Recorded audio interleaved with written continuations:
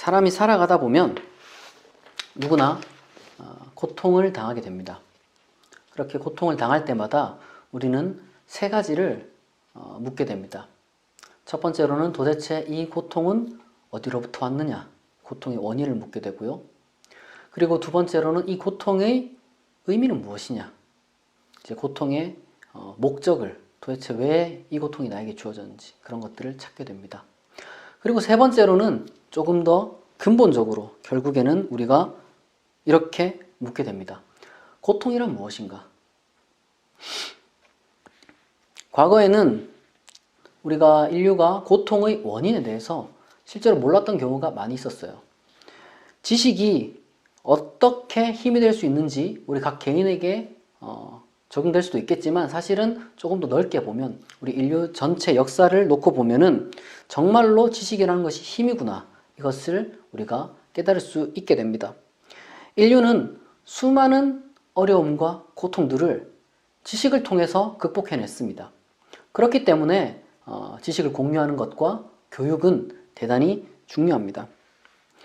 한편 고통의 의미에 대해서도 우리는 충분히 그 의미를 창출해낼 수 있는 그런 존재라고 할 수 있습니다. 무슨 말이냐면 우리는 다른 동물과 달리 단순히 그냥 고통을 당하면 당하고 그 고통을 겪지 않으려고 피하는 그런 본능적인 행동을 할 뿐만 아니라 인생에 있어서 고통의 목적도 발견하려고 스스로 노력을 하고 그것을 좋은 기회로 삼을 수 있는 힘도 능력도 가지고 있습니다. 오죽하면은 그런 말이 나오겠어요. 실패는 성공의 어머니다. 그러니까 사람이 살아가다 보면 필연적으로 실패를 겪어야 오히려 더 성숙하게 된다, 이런 뜻이겠죠. 하지만 그럼에도 불구하고 순간순간 우리가 찾아오는 고통이 너무나 크게 될 때 어쩔 수 없이 우리는 도대체 고통이란 무엇인가, 이런 질문을 할 수밖에 없습니다. 그리고 이제 그 의문이 꼬리에 꼬리를 물고 계속해서 불이란 무엇인가, 불완전이란 무엇인가, 그리고 궁극적으로는 하나님은 도대체 어디에 있는가, 이런 질문을 하게 되는 것이죠. 실제로 이미 한 2500년 정도 전에, 그러니까 기원전 4세기에서 3세기경 사이에 철학자 에피쿠로스는 그 유명한 질문을 던졌습니다. 좀 길지만 제가 한번 그 사람이 한 말을 인용을 좀 해볼게요. 하나님은 악을 없애기를 원하지만 할 수 없거나, 혹은 악을 없앨 수 있지만 원하지 않을 수 있다. 또는 하나님은 악을 없애기를 원하지도 않고 할 수 없을지도 모른다. 물론 하나님은 악을 없애기를 원하고 또한 그렇게 할 수 있을지도 모른다. 만약 하나님이 악을 없애기를 원하지만 할 수 없다면 그는 무능하다. 이런 것은 하나님에게 적절치 않다. 만약 하나님이 악을 없앨 수 있지만 원치 않는다면 그는 사악하다. 그 역시도 하나님에게 낯선 것이다. 만약 하나님이 악을 없애기를 원치도 할 수도 없다면 사악하고 무능하며 그를 하나님이라 할 수 없다. 만약 하나님이 악을 없애기를 원하고 하실 수도 있다면 그분이야말로 하나님이시다. 하지만 그렇다면 도대체 악은 어디로부터 왔으며 왜 아직도 하나님은 그 악을 제거하지 않으시는가? 이 질문은 아마도 오늘날 여전히 유효할 것이라고 저는 생각을 하고, 이런 의문으로 인해서, 이와 같은 의문으로 인해서 신앙이 특별히 흔들리는 분들에게 욥의 경험과 더불어서 하나님에 대한, 그리고 고통의 문제에 대해서 같이 나눠보자고자 합니다. 이런 질문 앞에서, 그리고 이제 각자의 경험 속에서 많은 신학자가 교회사 속에서 다양한 입장을 내놓았습니다. 왜냐하면 고통이란 그만큼 모두에게 현실적인 문제이기 때문에 그래요. 아무리 답을 내놓아도 그게 만족스럽지가 않기 때문에 끊임없이 사람들이 반복해서 입장을 내놓는 것이죠. 비단 이것은 신학적인 그런 고찰만은 아닙니다. 왜냐하면 우리가 어떤 종교를 갖고 있건 간에 상관없이, 그리고 종교를 갖고 있지 않는다 할지라도, 그 어느 무신론자라 할지라도 우리 인류가 앞으로 나아가야 될, 진보해야 할 방향이 어디냐라고 했을 때 그 가운데 반드시 고통을 줄이는 것이 포함되어야 한다라고 하는 점을 부인할 사람은 아무도 없을 겁니다. 중요한 것은 그 방향 중에 우리 기독교인은, 우리의 신앙은 어떤 역할을 할 수 있냐 이거예요. 사실 에피쿠로스의 그런 질문과 어떻게 보면은 논증이죠. 그런 앞에서 가장 타당한 입장은 무신론과 이원론이 가장 그럴듯해 보일지도 모르겠습니다. 하나님 없다, 이렇게 하면 편할 수도 있겠죠. 무신론은 이 세상에는 전능하고 선한 하나님은 없다고 생각합니다. 그럼 이 세상에서 일어나는 일의 모든 과업은 인간의 일이 되는 거죠. 인간이 해야 되는 것입니다. 인간의 탓은 아니지만, 그렇다고 신이 없으니 신에게 호소할 수도 없고, 그렇다고 스스로를 컨트롤할 수 있는 그런 게 아니니까 자연에게 호소할 수도 없다. 그러면은 결국에는 고통을 탈출하기 위해서 노력해야 되는 것은 오로지 인간의 몫이라는 거예요. 이신론 같은 경우도 사실은 실천적으로는 마찬가지입니다. 우리가 그리고 이원론을 또 생각해 볼 수가 있겠죠. 이원론은 이 세상은 원래 두 가지로 끊임없는 투쟁으로 구성되어 있다, 이렇게 주장을 하죠. 음과 양, 선과 악, 흑과 백, 밤과 낮, 혼돈과 질서, 이런 것들, 끊임없는 흑과 백의 대립으로 이루어진다고 여깁니다. 그러니까 어쩔 수 없다는 거예요, 사실상. 그 외에도 다양한 입장이 있습니다. 인생은 본래 고통이다, 이렇게 체념하듯이 냉소적으로 이야기하는 사람도 있고요. 그리고 아까도 이야기했듯이 이신론적인 입장, 하나님은 이 세계를 만들고 더 이상 간섭하지 않는다, 일하지 않는다, 한가한 신이다, 혹은 무정한 신이다, 이렇게 이제 생각하는 사람이 있고, 그냥 또 동시에 신의 전능을 포기하자, 전능과 선 둘 중에 하나를 희생해야 된다면 차라리 전능을 포기하는 게 좀 더 낫다, 이런 입장도 있습니다. 다시 말해서 십자가의 고통을 겪은 하나님이 이제 우리의 하나님이다. 그러니까 우리의 고통에 공감하실 수 있는 분이다. 비록 해결할 수 있는 전능하진 않지만, 이런 식으로 이제 주장을 하는 것인데, 어느 것이 정답이라고 말하기는 어려워요. 그 외에도 또 많이 있습니다. 어떤 분들은 비율과 수학적인 그런 어떤 사고방식으로 이 세계를 이해하려고 듭니다. 흑과 백 이런 것과 조금 비슷한 걸 수도 있는데, 다시 말해서 이 세계의 아름다움을 위해서, 완전함을 위해서는 필연적으로 그런 고통이 수반된다, 이렇게 주장을 하는 것이죠. 고통을 겪어야지 인내라는 가치가 드러날 수 있다, 이런 입장입니다. 그리고 그거와 유사하게도 인간을 완성하는데, 그러니까 인간이 자라는데 어쩔 수 없는 필요한 과정이라는 거예요. 제 딸이 자전거를 아직 못 타요. 자전거를 아직 못 타는데, 자전거를 연습을 하면은 당연히 여러분 어떻게 되겠어요? 넘어질 거 아니에요. 이렇게 몇 번, 두 번, 세 번. 근데 넘어지다 보면은 무릎이 까질 수도 있죠. 고통의 문제를 그렇게 해석하는 사람도 있습니다. 그런데 우리가 그렇게 생각하기에는 너무 남 이야기죠. 너무 자기 일 아니라고 쉽게 말하는 그런 느낌을 받습니다. 그리고 또 교회 내에서 혹은 이제 믿는 사람들 속에서 가장 멀리 퍼져 있는, 그러나 제 눈에는 너무도 이제 빈약해 보이는 주장 두 가지는 인간의 자유의지가 문제다라고 하는 것이고, 또 다른 하나는 고통 이꼴 형벌, 이렇게 이제 보는 것이죠. 그런데 제가 이렇게 지금까지 쭉 나열을 했는데, 무신론부터 시작해서 최근 신학까지 제가 말씀드렸습니다만, 다양한 이론들을 제가 말씀드렸잖아요. 그런데 이 다양한 이론들을 만약에 욥에게 들려주었다고 우리가 한번 가정을 해보자는 거예요. 욥은 그걸 듣고 어떻게 느꼈을까요? 실제로 욥의 세 친구들이 욥에게 다가와서 이런 식으로 다양한 이론을 전개했습니다. 세 명이 돌아가면서요. 그리고 각자 다른 것들을 얼마나 많이 알았겠어요.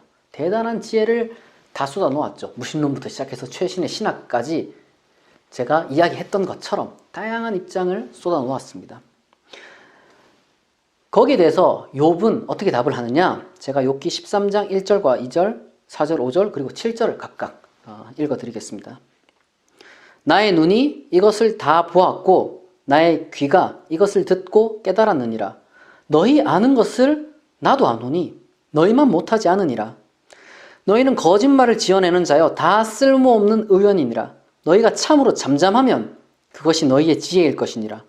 너희가 하나님을 위하여 불의를 말하려느냐? 그를 위하여 속임을 말하려느냐? 다시 말해서 지금 너희들이 내놓는 그 수많은 이론들, 신종론일 수도 있고 아니면 세상과 고통에 대한 해설일 수도 있지만 어쨌거나 그게 누구를 위한 거냐 이거예요. 지금 나를 위한 거냐? 정말로 고통받는 사람에게 필요한 게 그게 맞냐 이거예요. 고통받는 사람에게 필요한 게 뭐예요? 당장히 고통이 해결되는 거잖아요. 그 고통이 납득할 만한, 고통받는 사람이 납득할 만한 해결이 필요한 거잖아요. 그런데 그 말들이라는 것이 바로 그 고통받는 욥 당사자를 위한 게 아니라 뭔가 하나의 그럴듯한 이론을 위해서 혹은 심지어 신정론이라는 말 그 자체를 따라서 하나님을 위해서 이야기를 했다는 거예요. 그래서 사실 종종 신앙을 가진 분들이 이 고통의 문제를 겪는 사람들에게 가서 종종 저지르는 실수가 두 가지가 있어요. 그게 뭐냐? 첫 번째로는 욥의 친구들처럼 고통받고 있는 사람에게 찾아가서 고통에 대한 이론들을 막 쏟아놔요. 뭐 이론일 수도 있고 뭐 경험일 수도 있어요. 마찬가지입니다. 이론이든 경험이든 왜 고통받는 사람에게 뭔가 자꾸 설명하냐 그거예요. 내가 가진 이론, 내가 겪은 경험, 아니면 뭐 간접적으로 알고 보고 들은 것이라거나. 여러분 그게 무슨 의미가 있어요? 내가 볼 때는 탁월한 이론일 수도 있어요. 야, 진짜 이거야말로 고통에 대한 어떤 멋진 수사다. 이렇게 느낄 수가 있습니다. 경험도 마찬가지죠. 나는 그 어떤 큰 고통을 겪었지만 뭐 극복해냈다. 뭐 자기 이야기일 수도 있고 아니면 세계 돌아다니다 보면은 고통을 극복한 사례, 눈물겨운 사례 많죠. 근데 여러분 그 사람한테는 혹은 나에게는 뭐 대단한 고통의 극복의 하나의 이론이나 경험담이었을지 몰라도 또 다른 고통받는 누군가에게는 그게 그냥 소음일 수도 있어요. 그걸 잊으시면 안 됩니다. 여러분 사실 누구나 다 아파요. 극복한 사람만 아팠던 게 아니라 누구나 다 아파요. 누구나 다 말로 설명할 수 없는 그리고 욥과 같이 억울한 그런 고통을 겪고 살아갑니다. 근데 왜 기독교인들 중에는 간혹 유독 그 아픔을 그 배운 지식과 화려한 수사로 돈으로 다시 재환산해낼 수 있는 사람들이 있어요. 신학자들 중에 그런 사람들이 있죠. 자기 이론이든 자기 경험이든 어쨌든 그것을 책으로 풀어내고 그걸로 돈을 벌어들이는 사람들이 있습니다. 그런데 여러분 우리가 한번 생각을 해보자고요. 미국 예전에 청교도들 중에는 귀족이 많았거든요. 그러니까 당연히 흑인 노예를 두는 경우도 있었죠. 그런 사람들이 이제 예배를 드리러 가서 교회에서 이웃사랑에 대한 설교를 듣고 뭐 자기 희생에 대한 어떤 간증을 들을 수도 있겠죠.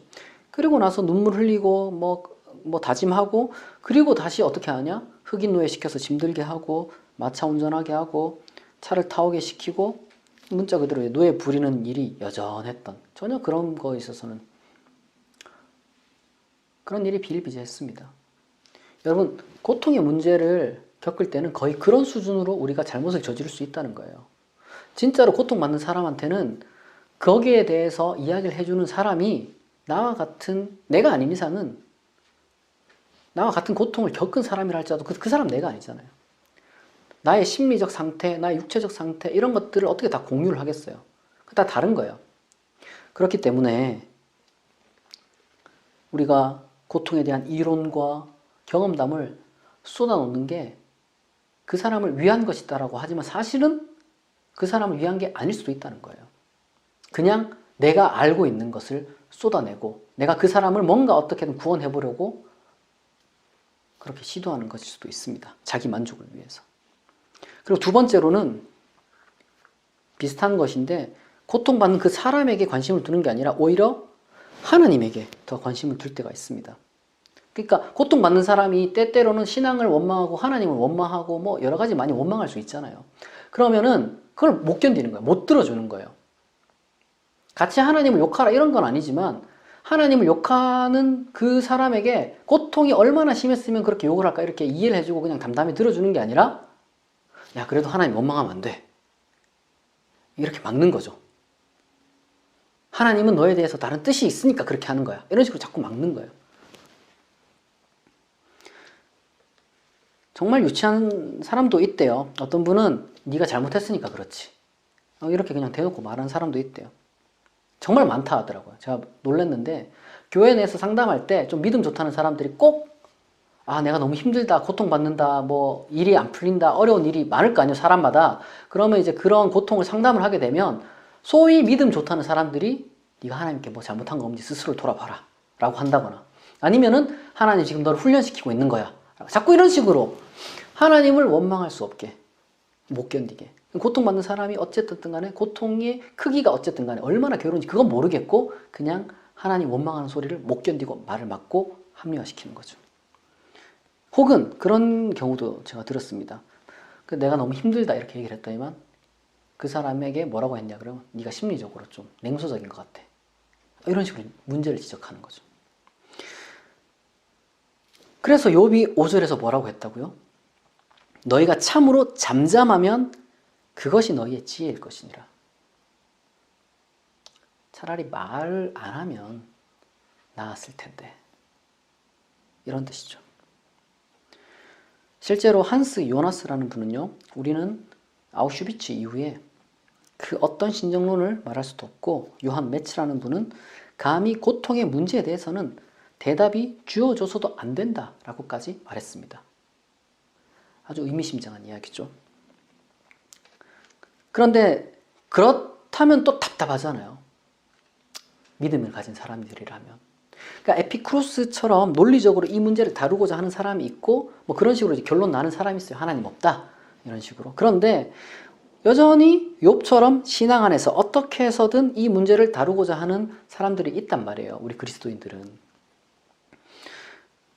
그러니까 에피쿠로스에게는 온갖 신정론이 다 무의미하겠죠. 왜? 뭐 하나님 없다고 하면 되니까. 근데 욥에게는 무신론이 오히려 무의미할 수도 있어요.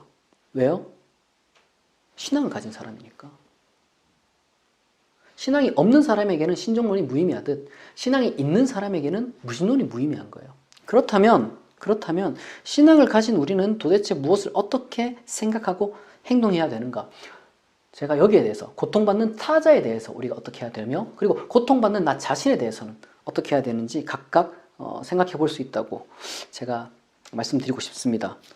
우선은 고통받는 타자에 대해서는요.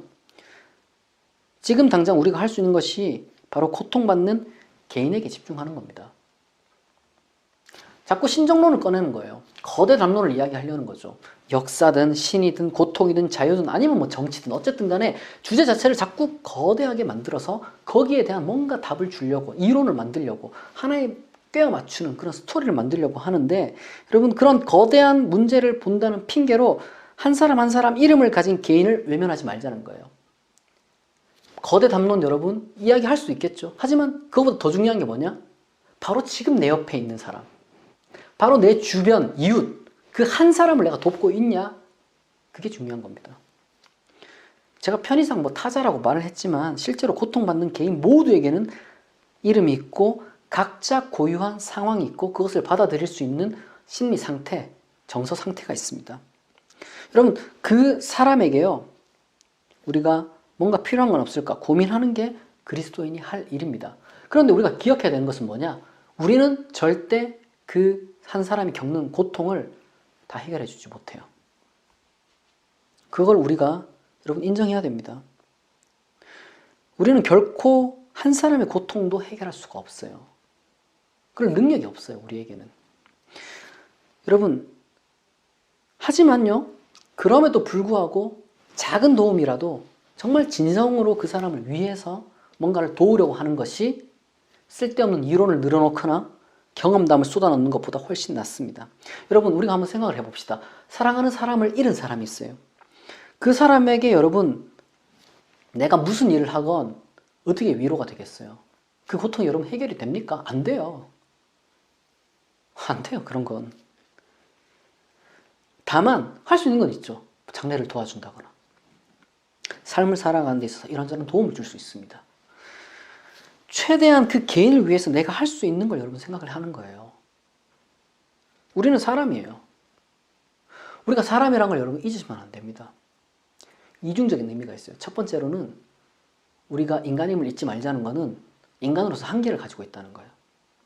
고통의 문제 설명할 수도 없고 무엇보다도 한 사람이 당하는 고통조차도 해결해 주지 못하는 게 인간입니다. 한계 속에서 교만하지 않고 진정으로 사람을 도와야 된다. 이게 여러분 인간임을 잊지 말자는 거예요. 첫 번째고, 두 번째로는 여러분 그 진정으로 담겨 있어요. 인간으로서 여러분 인간답게 행동하자는 거예요. 다른 사람의 고통을 모른 척 하지는 말자는 거죠. 우리가 살아가면서 예수 그리스도께서 말씀하셨던 다친 한 사람이 있을 거예요. 누가 내 이웃이냐? 내 눈에 보이는 사람이 내 이웃인 거예요.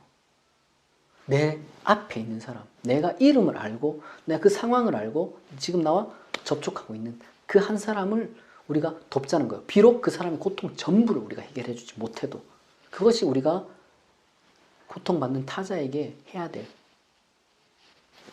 그런 일입니다. 그리고 두 번째로는요, 그럼 지금 내가 고통을 받고 있을 때 어떻게 해야 되느냐? 내가 지금 고통받고 있는데 내가 신앙도 있어. 그러면 여러분 신의 전능과 선 이거를 여러분 포기를 할 필요가 없습니다. 신앙이 있다면요, 우리가 만약에 정말로 신앙이 있다면 하나님과 변론함으로써 우리 인생에 있어서 의미를 재발견해낼 수 있습니다. 실제로 욥은 새 친구와 대화를 한 건 아니에요. 새 친구와 대화를 했지만 정말 욥의 의도는 어디에 있느냐? 그 새 친구 뒤에 숨어있는 하나님을 자꾸 향해 갔죠. 그러니까 인간의 이론들과 경험들과 자꾸 상대하는 게 아니라 하나님과 자꾸 씨름하고자, 직접 씨름하고자 욥이 축을 했습니다.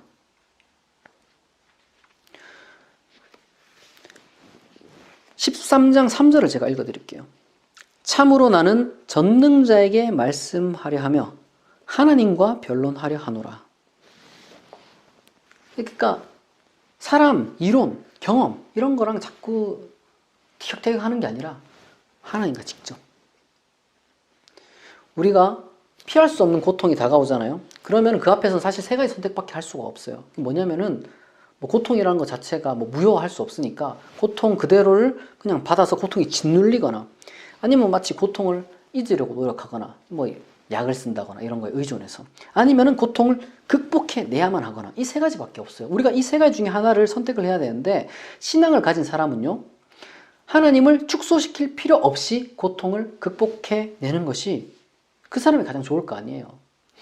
여러분 하나님에 대한 신앙을 아스피린처럼 그렇게 여러분 축소시킬 필요가 없습니다. 그런 건 오래가지가 않아요. 마치 하나님의 전능을 축소한다거나 하나님의 선함을 축소한다거나 해서 그런 식으로 여러분 정신승리하면은 그건 순간적으로는 뭔가 위로가 될지 몰라도 궁극적으로는 여러분 결국 답답함이 남아있잖아요. 하나님의 어떤 무능을 우리가 이야기를 한다고 해봐요. 십자가에 달리신 하나님, 아 나에게 공감하시는구나. 근데 그래서 어쨌다는 거예요.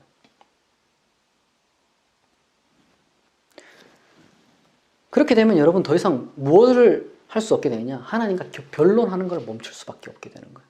더 이상 하나님과 변론할 수가 없어요.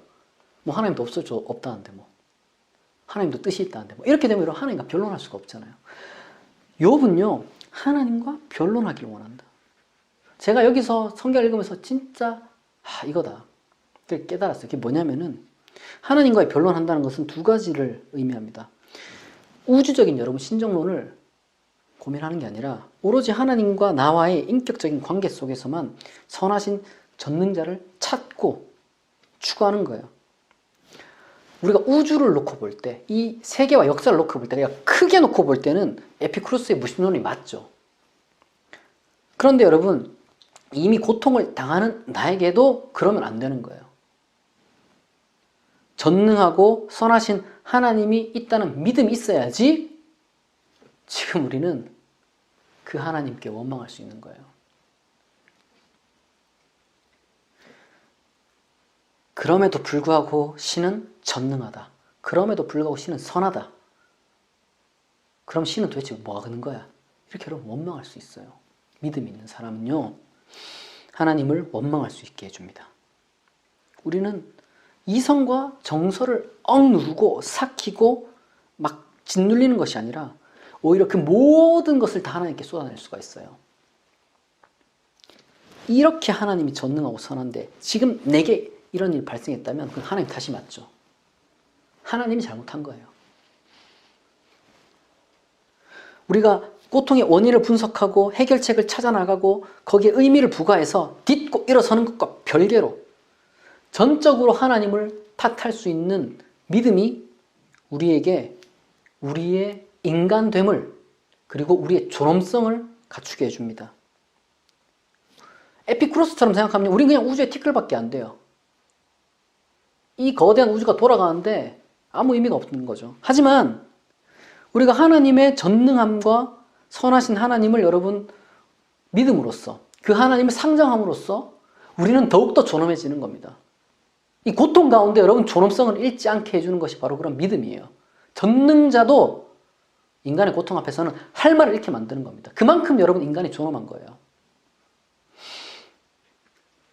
두 번째로 하나님과 변론한다는 것은 따라서 하나님이 이 우주에 무소부지한 것이 아니라 다름 아닌 내 마음속에서 찾을 수 있다는 것을 의미합니다.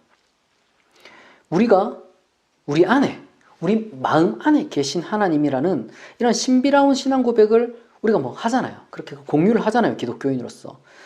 다르게 말하자면 그분은 적어도 지금 내 안에 계시기 때문에 내 아픔, 내 슬픔, 내 소원을 가장 잘 아신다. 이 전제하에서 우리가 기도를 할 수 있는 겁니다.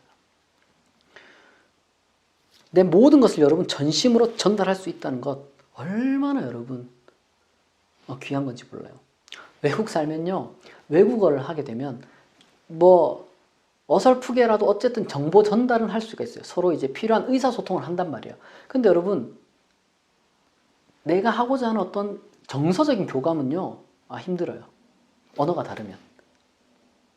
그러니까 언어를 내가 완벽하게 하면 상관이 없는데 근데 언어가 다르다는 말은 이제 어느 한쪽이 완벽하지 않다는 거 아니에요. 그러니까 제가 완벽하지 않다는 거죠. 그럼 이제 엄청 힘들어요. 내 정서를 전달하지 못해. 정서 표현을 표현은 알죠. 나 화났어, 나 즐거워 할 수 있지만 우리가 생각하는 것, 그 미묘한 것들 다 전달 못 하잖아요. 그럴 때 얼마나 답답합니까? 여러분 고통의 문제가 근데 그래요. 고통의 문제를 이야기하는데 내 고통을 이해해 줄 수 있는 사람 100% 이해해 줄 사람 아무도 없어요. 나 외에는. 그리고 내 안에 계신 하나님 외에는. 우리는 그런 믿음을 가지고 있는 겁니다. 따라서 우리의 기도는 바로 우리의 모든 심정을 전적으로 이해하고 들을 수 있다는 하나님이 계신다는 그 믿음에 기초하는 것이고 따라서 공허한 외침이 아니라 그 무엇과 비교할 수 없는 시원함, 위로 그런 것들을 얻게 할 수가 있을지 모릅니다. 고통 가운데 기독교인은 하나님을 원망할 수 있을 뿐만 아니라 바로 그 하나님에게 우리 마음을 다 쏟아낼 수 있다는 거예요. 우리는 그러한 기도 가운데 눈물을 흘릴 수가 있을 것이고 그 기도 가운데 흐르는 눈물은 우리를 지치게만 하는 것이 아니라 예상치 못한 회복을 가져다 주기도 합니다. 물론 이제 외부 관찰자의 눈에 봤을 때는 그게 그냥 뭐 그런 종교적 실천, 일단 기도라는 것이, 명상이라는 것이 혹은 단지 스트레스를 줄이고 불안을 없애고 긴장을 완화시켜주는 심리적 건강을 주는 그런 정도일지 몰라요. 그런데 중요한 건 그겁니다. 외부 관찰이 어떻든 간에 그건 좀 중요한 게 아니에요. 외부에서 뭐라고 하건 간에 욥은 어쨌든 하나님을 여러분 만나서 회복했습니다. 여러분 근데 욥이 왜 회복했는지 사실 성경 아무리 읽어도 모르겠어요. 나는 공감이 안 돼요. 욥이 도대체 욥기를 여러분 이게 42장까지 아무리 열심히 읽어도 특별히 이제 엘리후가 나타났다가 이제 하나님 등장해서 이제 하나님 말씀하시는 걸 보면은 욥이 처음에는 막 이렇게 냉소적으로 반응하다가 갑자기 42장에서 그냥 다 해결됐다는 거예요. 회복됐다는 거예요. 여러분 근데 그게 어쨌다는 거예요. 내가 욥을 이해를 못한다 한들 욥이 회복됐으면 된 거 아닙니까? 그럼 그게 중요한 거예요. 이해 못할 고통이지만 정작 고통받는 내가 괜찮으면 된 거예요. 여러분. 남이 뭐라고 하면 그게 무슨 상관입니까? 남이 간섭할 문제가 아닌 거예요. 여러분 그런 거랑 똑같은 거예요. 마치 내가 하나님을 만난 것처럼 그렇게 내가 회복이 되는 그 모습을 외부인의 눈으로 볼 때는 이해가 안 될 수도 있어요. 도대체 논리도 없는 것 같고 왜 회복된지 몰라. 근데 여러분 중요한 건 뭡니까? 고통받는 내가 회복됐다는 거예요. 나만이 확신할 수 있는 겁니다. 남이 아니라. 남의 평가도 필요가 없는 거예요. 그런 거는 오로지 내가, 그리고 그것은 신앙을 가진 사람에게 있어서는 내 안에 계신 하나님에 대한 믿음이 있을 때 우리가 그렇게 할 수가 있는 겁니다. 여러분, 인간의 이론이 만들어낸 그 어떤 신정론도, 그리고 그 어떤 경험도 이 우주와 이 인류와 이 역사에 나타난 그 모든 것들에 대해서, 특별히 그 신정론이라는 명칭이 얼마나 안 어울립니까? 하나님, 정의, 이런 것들 아무것도 설명을 못해요. 정작 그 신정론이라는 것이 하나님도 제대로 설명을 못하고 정의도 제대로 설명을 못합니다. 개인의 고통의 문제에 대해서 아무런 설명을 못 해주는 거예요.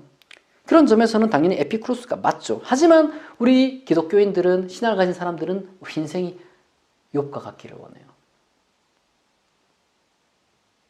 욥처럼 고통을 당하길 원한다는 게 아니라 욥처럼 고통의 문제가 해결되길 바라죠. 남이 어쨌든 간에 내가 만족할 수 있게.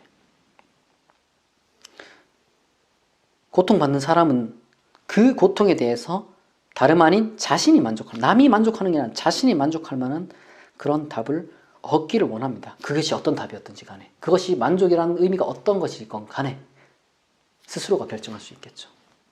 여러분, 신앙을 가진 사람이라면요, 다시 말해서 하나님에 대한 믿음이 고통의 문제로 인해서 괴로워질 수가 있어요. 그러니까 믿음 때문에 괴로운 거예요. 그런데 동시에 그 믿음 때문에 원망할 수도 있고 회복을 희망할 수도 있는 겁니다. 저는 그렇게 믿습니다. 욥과 하나님과의 만남에서 어쨌든 욥은 하나님을 만났고 만족을 했고, 그리고 비록 욥에게 직접적으로 한 말은 아니지만 궁극적으로 하나님이 하셨던 말은 욥에게 아무런 도움이 되지 않았던 욥의 친구들에게 했던 말로써 이렇게 말씀하십니다. 너희가 나를 가리켜 말한 것이 내 종 욥의 말과 같이 옳지 못함이니라. 고통받는 사람이 하나님에게 하는 말들은 옳아요. 경건한 자, 욥이 그렇게 말하잖아요. 믿음이 있는 자, 하나님에 대해서 믿는 자, 믿는 자는 그렇게 할 수 있어요. 하나님이 나를 지금 죽이시는구나, 이렇게 소리칠 수가 있는 거예요. 그리고 그 말이 옳다, 이 말이에요. 여러분, 이 진리를 어거스틴은 고백록에서 이렇게 말합니다. 우리의 마음이 당신 안에서 쉼을 얻을 때까지 우리는 쉬지 못하나이다. 고통의 문제라는 것이 결코 이렇게 짧은 설교로는 다 할 수도 없고, 저도 걱정이 됩니다. 욥의 세 친구들처럼 그냥 또 하나의 말을 얹은 것 같지만, 그럼에도 불구하고 그렇게 생각을 해요. 에피쿠로스의 이야기뿐만 아니라 욥의 이야기도 있다는 사실을 여러분 기억하시기 바랍니다. 체념이 아닌 희망이 우리를 행복하게 만들어 줄 것입니다.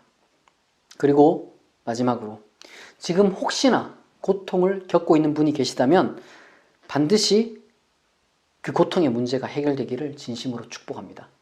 기도하겠습니다. 자비하신 하나님 아버지, 우리 주변에 한 사람 한 사람의 괴로움과 고통을 외면하지 않는 자가 되게 하시며, 또한 고통받고 있는 나를 만나 주셔서 하나님의 뜻 안에서 이 문제를 재발견하게 하옵소서. 평생에 우리를 위로하시며 우리에게 희망을 주실 줄 믿사오며 십자가에 달려 죽으시고 부활하신 예수 그리스도의 이름으로 기도합니다. 아멘.